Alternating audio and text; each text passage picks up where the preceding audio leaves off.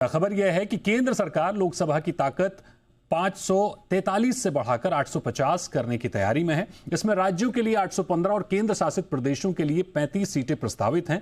2026 के बाद होने वाली पहली जनगणना इस नई सीटों का आधार बनेगी। इसके साथ ही परिसीमन आयोग का गठन और महिला आरक्षण को प्रभावी ढंग से लागू करने का कानूनी ढांचा तैयार कर लिया गया है।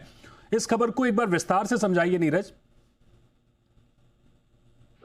महिला आरक्षण लागू किया जाना है और ये 2023 में ही भारत सरकार ने एक कानून बनाया था, नारी शक्ति वंदन विधेयक लाई थी और उसके तहत ये कहा गया है कि आने वाले समय में देश में 35% महिलाओं को आरक्षण दिया जाएगा। सरकार ने तय किया है कि 2029 का जो लोकसभा का चुनाव होगा उसमें 33% आरक्षण के साथ चुनाव किया जाएगा।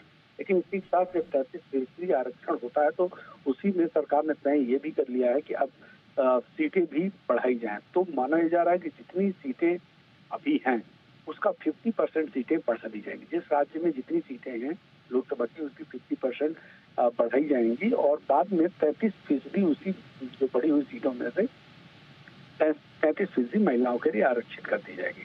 और यही कारण है कि 16, 17 और 18 3 दिन का स्पेशल सेशन भारत सरकार ने बुलाया है, जिस सेशन में नारी शक्ति वंदन संशोधन विधेयक पेश किया जाएगा और इस विधेयक में दो बहुत महत्वपूर्ण चीजें रखी जाएंगी और उसको संविधान संशोधन के जरिए उसे लागू कराया जाएगा।